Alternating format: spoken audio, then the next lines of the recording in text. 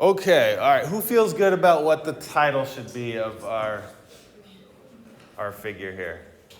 Climate. Climate, it does relate to climate. Global warming, it causes global warming. Global climate change, yes. But it's actually what causes those things. Yes. Greenhouse gases. Yes. All right. So this is the greenhouse effect.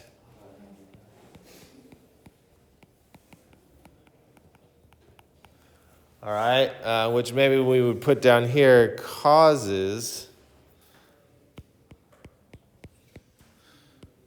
global warming, which causes global climate change.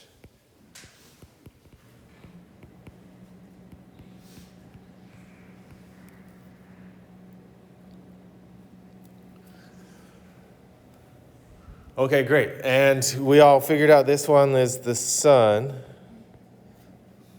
The yellow one is the sun.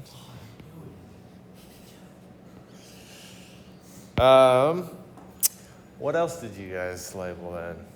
Thick arrow of sunlight. Okay, good. Sunlight. Light is one of the things emitted by sun, but there's more stuff too. So more heat is another one. Yeah.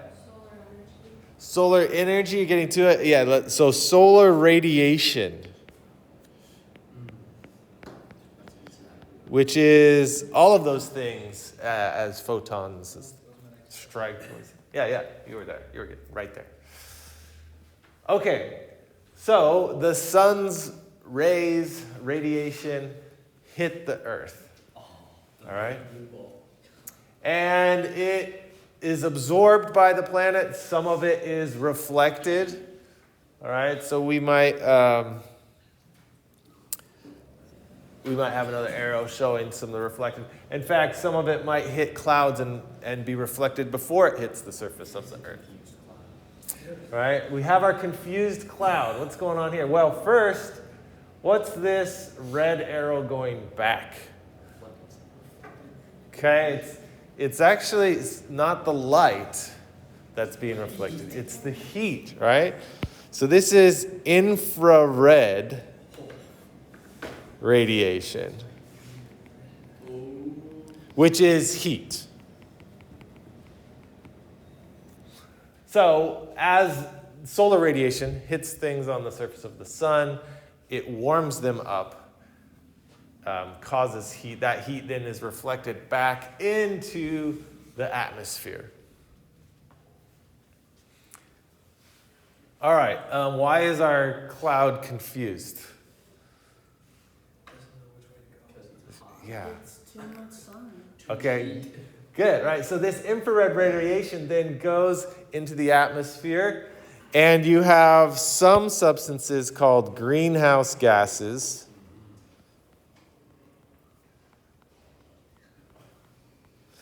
Which will absorb and then reflect infrared radiation. And they will reflect it in all directions. That's why it's a confused cloud. Okay. What are some of these greenhouse gases? You know the big one, right?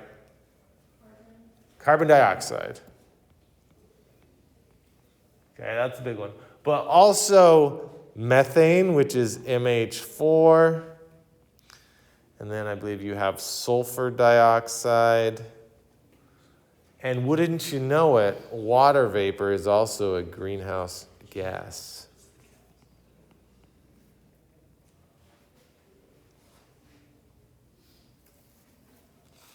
This is the greenhouse effect. Is this a good thing or a bad thing? It's a trick question. It's just a thing, right?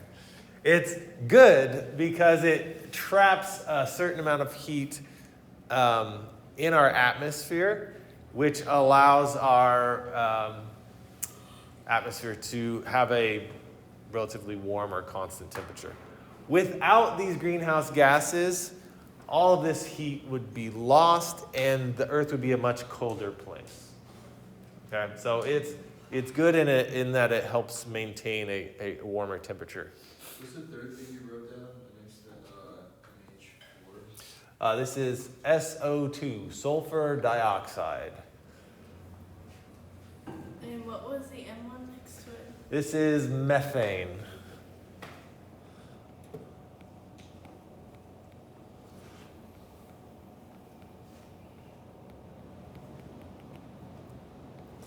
All right, there's a certain amount of these substances naturally in the environment, or in the atmosphere. So, if we're going to add things to this, what would you add?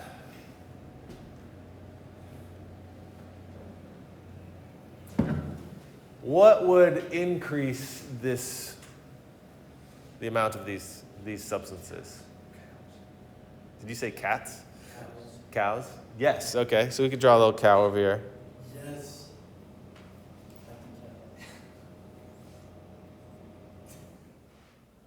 He's got a tail. He's got spots. Okay, there's my cow. Yeah, so all living organisms actually, when they use energy, secrete carbon dioxide. Cows and other ruminants will release a lot of methane. And we have concentrated cows in the earth. So we've got a lot more cows than are naturally here, supposed to be here. And so they are causing a certain amount of methane emissions. Okay, what else might you draw on here? Factories. Okay, good. We've got industrial processes. Here's my big factory with the big smokestack. This might be an energy producing plant, coal burning power plant, or a natural gas power plant, or anything that makes the stuff that we use, an iPad factory. All of these are going to emit carbon dioxide, probably certain amounts of methane and sulfur dioxide.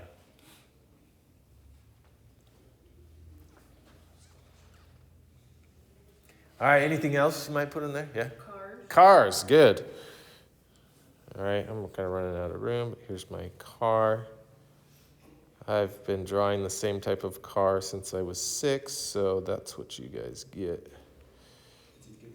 Little bumper, windshield here, door. Kind of a hybrid car truck sort of thing. It's an Avalanche. All right, so the cars have, this is a tailpipe, they're going to emit a lot of carbon dioxide. All right, but these all encompass and represent then human industrial activity. And so that is increasing the amount of these greenhouse gases. All right, so I'm going to make this bigger, this arrow bigger here.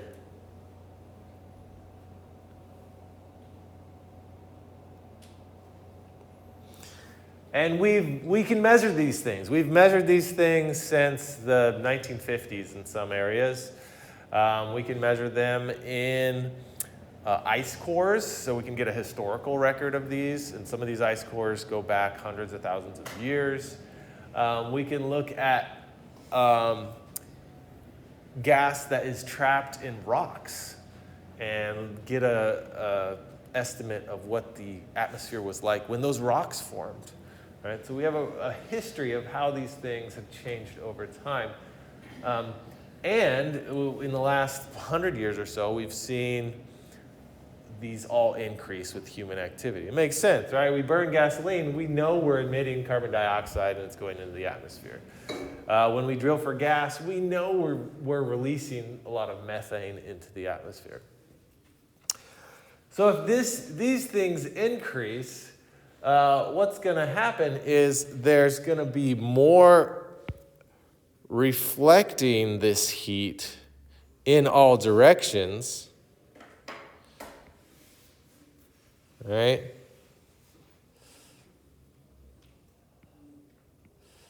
So I'm making these arrows bigger. That one kind of looks like a mushroom. But anyway, the one that's most affecting us is this heat that's reflected back down to Earth. And this is causing the Earth overall to warm. Currently, we're at about 1 degree Celsius on average across the whole Earth increase in temperature. All right, so that's the warming. What's the difference between these two terms, climate change and global warming? Yeah. Climate change doesn't always necessarily mean that it's being warmed up. Right. Yeah, it overall, on average, everything is warmed, but a climate is a complex association of rain, temperature, storms, all of these things which can affect an area. From day to day, it might not be 1 degree warmer, but you may have more or less rain in an area. You may have more or less storms in an area. You may have heat waves. You may have cold spells. You may have polar vortices. All of this is related into our climate. Okay. What are your questions about this? Yes. So the biggest problem is the fact that humans existing are causing more of the greenhouse gases. Yes. So that's a good question. Where did this stuff come from? Okay, that we're using to make gasoline or to power our factories. Came from the earth, right? What substances do we use? What's in the earth? All right, fossil fuels. Yeah, we've got coal deposits in the earth. Associated with that is some natural gas. I don't know how to draw gas, but there it is, natural gas. All right, and then we've got oil. All of this is in the earth, underground, not being used, but mid-1800s, late 1700s, we discovered that we can actually pull like coal out of the ground and we can burn it and we can use that to heat our homes. Well, later we're like, we can actually use coal to make steam. That steam can be used to rotate a piston and make a steam engine. All right, so then later we're like, we can actually burn coal to make steam to create electricity. And that has fueled then the Industrial Revolution and changed our way of life. What is oil, coal, and natural gas? What is that? Where did that come from? God, more specific answer. Dinosaurs, kind of. There might be some dinosaur pieces in here. But by dinosaurs, you mean fossil fuels. So what happened is you have plant decaying, mostly plant material, but anything that dies decays. Well, if it gets trapped underground, rather than decaying all the way, it'll just get stuck as this partially decomposed material. If it gets stuck under the ground for long enough, it may then condense into these high energy deposits that we find later. So oil, coal, natural gas is just really, really old, compressed, pressurized plant material. Where did the plant energy come from? The sun, right? Yeah, so everything came from the sun originally. But we've had a bunch of this trapped under Earth, which has prevented it from going back into the atmosphere. But now that we've discovered all of these really rich energy parts and are pulling it out at a rate that's much faster than natural, now we're pumping a lot more of this into the atmosphere. Yeah. Now, isn't there like some ways, like for example, like with the carbon situation, you know, some plants are able to filter it out. Isn't the Earth like at some point sustainable to like get rid of this problem? Except now the reason why it's such a big deal is because we're not giving it enough time to be able to resolve the problem. Yeah, great point. So I'm going to put some trees on here. Trees will capture carbon dioxide in a process called what? Photosynthesis. So one of the ways that we can, pull carbon dioxide out of the atmosphere and trap it again, and so it won't affect this temperature, won't cause a greenhouse effect, is to have more plants. What's the problem with that right now? Breaking them all down and taking its remaining soil so then they're not growing. It takes a long time for a tree to grow. Right, so because we've done all this other stuff, we're also cutting down a lot of trees, we're repurposing land, we're causing an imbalance in how much photosynthesis can happen. What's happening to the Amazon rainforest right now? Well, hopefully a lot less because there's been a new administration in Brazil. But over the past 5 years, they've been cutting down the Amazon rainforest at rates which has significantly decreased the ability of plants, a natural process, to pull carbon dioxide out of the air. So yeah, great point. Okay, any other thoughts, comments, questions? All right, this is all great in theory. This all makes sense, right? How do we know this is happening? Or anything else to add to this? Anybody else add stuff? Good. All right, this is from Pew Research Center. And they just basically do surveys, try and do, some of it's political, some of it's just informational. All right, most who say their community experienced extreme weather see climate change as a factor. So when you go through, it goes through the different types of severe weather, floods, hot weather, water shortages, wildfires, rising sea levels. Of those people that have experienced these things, most of them agree that climate change was a factor, at least a little. All right? So beyond politics, what might affect your feelings on climate change? Whether or not your house was burned down in a wildfire, or whether or not you've lived in a place where drought has been going on extensively, right? We have experiences with climate change we refer to. Now, if you overlay that with politics, it still shows that having that experience really affects people's attitudes toward it. So whether you're Democrat or Republican, if you have experienced these things, you're still more likely to say climate change had something to do with it. You still see a divide, however, in Democrat versus Republican. Democrats tend to think that this is more of a problem. Republicans think of it as less of a problem. But both parties feel that it is a problem. Let's see here. This other one. Within regions, Democrats are more likely than Republican neighbors to say their community experienced some severe weather events. All right, we won't go over this just because for a matter of time. We only have a few minutes left.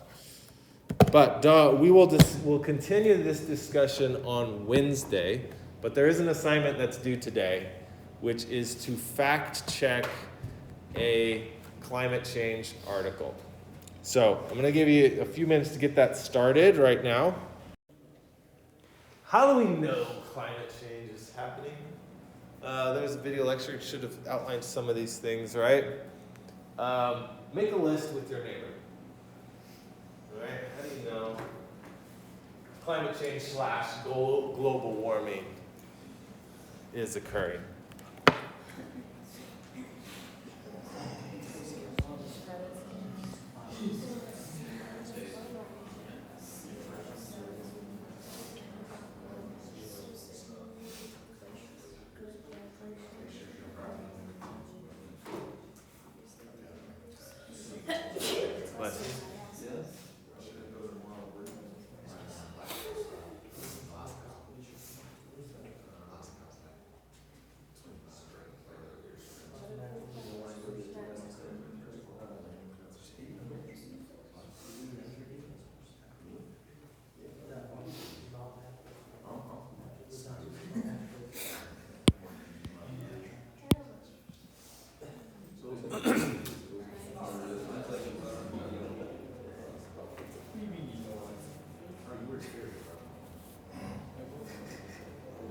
You want us to write it down?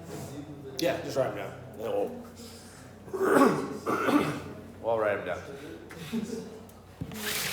Okay, what are some of the ones you guys come up with? Rising sea levels. All right, we can measure the sea levels. Why are the sea levels rising?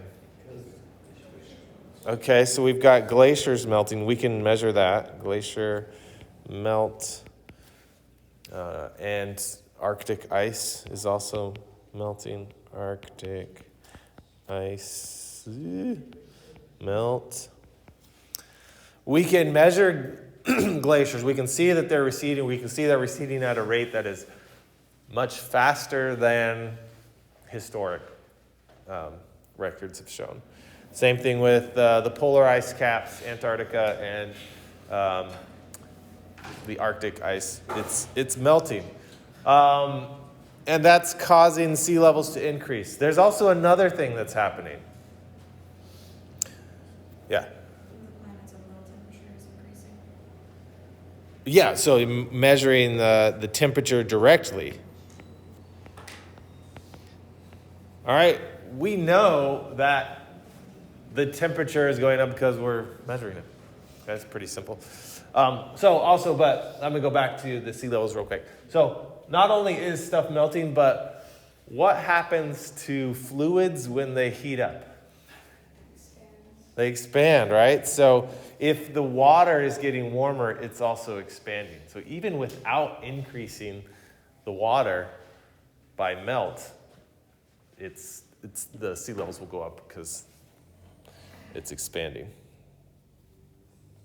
We'll call this thermal expansion. All right, what else? We got temperature going up, things are melting. All right, we got an increase in natural disasters. We can see that the climate is changing. There's weird stuff that's happening that hasn't happened before that would exhibit itself in natural disasters, but also just changes in the normal weather patterns. Have you guys seen this in where you're from? Have you seen natural disasters happen at a rate that seems unusual? Or maybe this is the norm for you, because it's always been happening since you've been alive. California's been flooding lately. Right, yeah, just this year, you've had these atmospheric rivers coming through. And what was happening the previous 20 years in California? You got fires, you've got droughts, you've got now floods. It's like, can it just rain a little bit and we just go back to normal? No, well, that seems to be hard because you have a lot more heat, you have a lot more energy in the system. And so everything's happening with more intensity. Okay, what else? Okay, yeah, we can track hurricanes. I'm not sure if there's necessarily more hurricanes, but the hurricanes that come through are more intense and are exhibiting characters which are different. So we have hurricanes that are moving, that are bigger and seem to be moving slower, which results in more flooding. Okay, other evidences of climate change? Yeah. Sorry? Yeah, so the animals are being weird. Animal migrations. And I would throw in there also plant phrenology.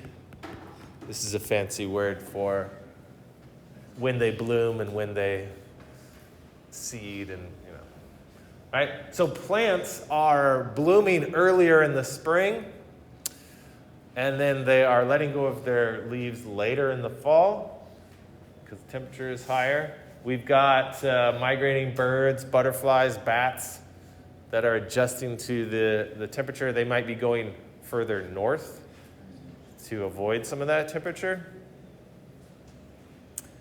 And we can measure that. We've seen that. We count and look at birds as they migrate. Anything else? Okay. How do we know humans are causing this? Couldn't this just be a natural warming climate event? If it was a natural warming climate event, well, it is, but it was manageable before, obviously, because we've been through so long without it becoming a problem and causing all these issues. But now when we went through the Industrial Revolution, more use of fossil fuels and just non-renewable energy sources, it has made it rapidly increase to the point where there's no replenishing. Right. Yeah, so it's hard to say the full effect that humans are having because we had natural disasters, throughout history. Scientists are working very hard to look at all the inputs and try to determine how much of this natural disaster could be attributed to climate change and how much of it is just part of the natural cycle. But we're seeing, and even if it was natural, it's still happening at a rate that might be a threat to human civilization. So we got to do something about it either way. Some of the data. This is from the EPA website. What do you notice? So what can you interpret from this graph? I want you to look at it with your neighbor and discuss it, and then we'll talk about it together.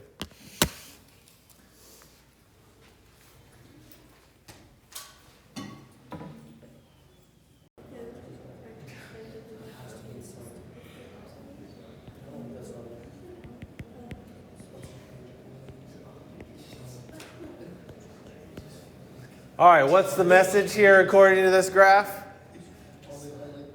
We see a divergence between our natural factors. So if this was just a natural event, this is what we would expect the temperature to be. Relatively stable, relatively close to our normal zero. But when we factor in our human, the human element, we see it match up with what we would expect. All right, so the difference being humans are causing the drastic large proportion of climate change.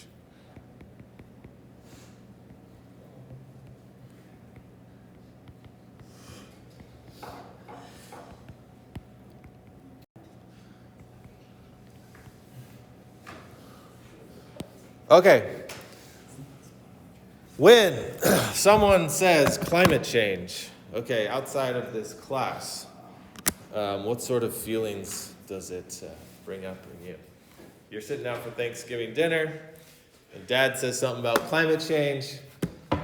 Is this a happy, wonderful topic everybody wants to engage in? No. No? Why not?